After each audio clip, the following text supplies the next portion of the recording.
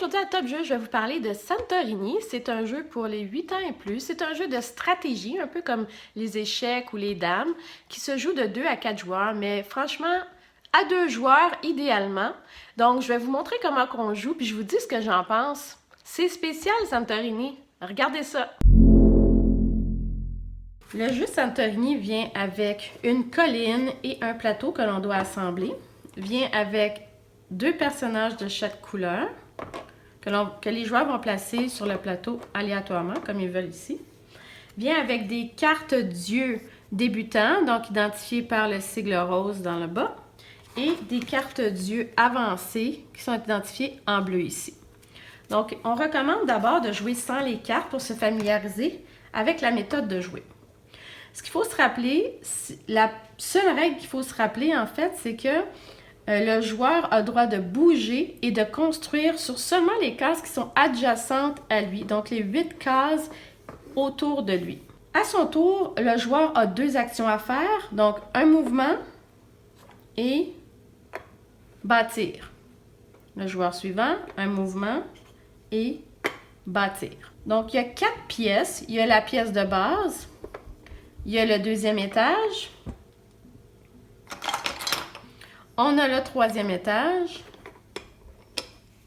comme ceci, et on a un dôme. Donc, je vais vous expliquer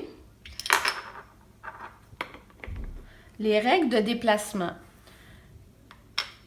Le joueur ici ne peut pas monter directement sur la case du haut. Il doit monter en étage. Donc, il va pouvoir faire 1, bâtir, 2, bâtir, etc.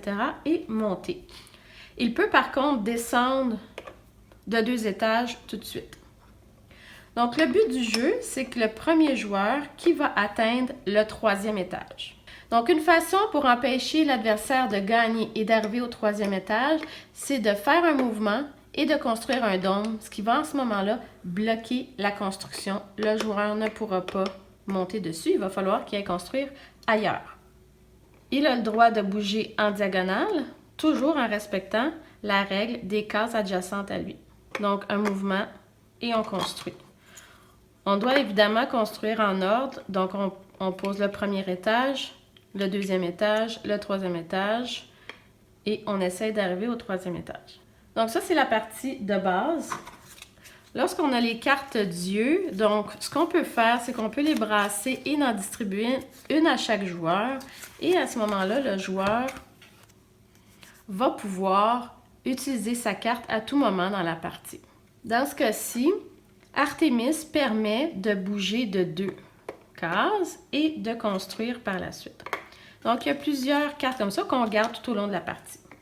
Toutes les descriptions des divinités sont dans le guide d'utilisation, bien décrit ici. Et nous avons les divinités avancées ici.